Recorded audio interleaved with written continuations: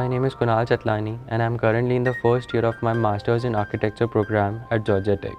Architecture for me is like coming up with an idea that is purely fictional and then going through all the research and challenges throughout the process to realize it as a tangible reality.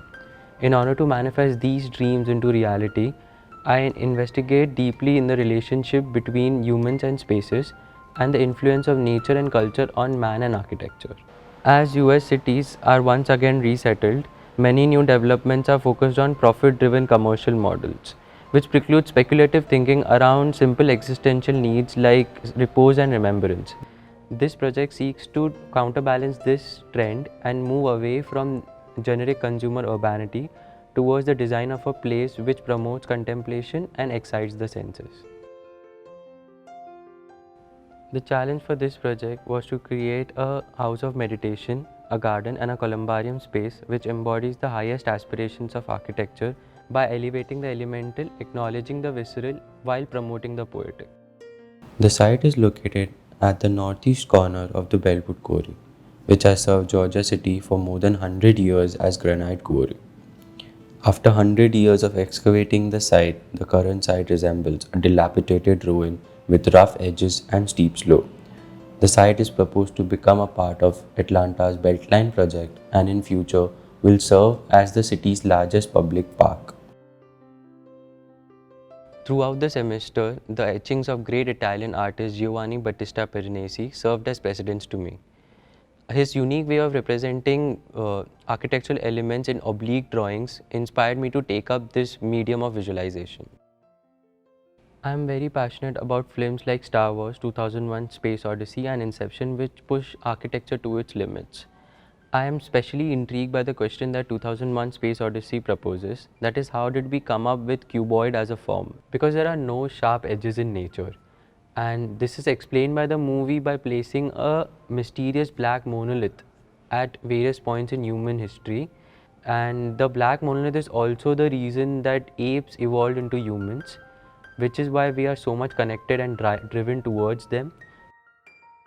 While approaching the columbarium, the contrast of a perfect cuboidal form in the middle of a craggy landscape of the site amplifies the monumental scale of the structure.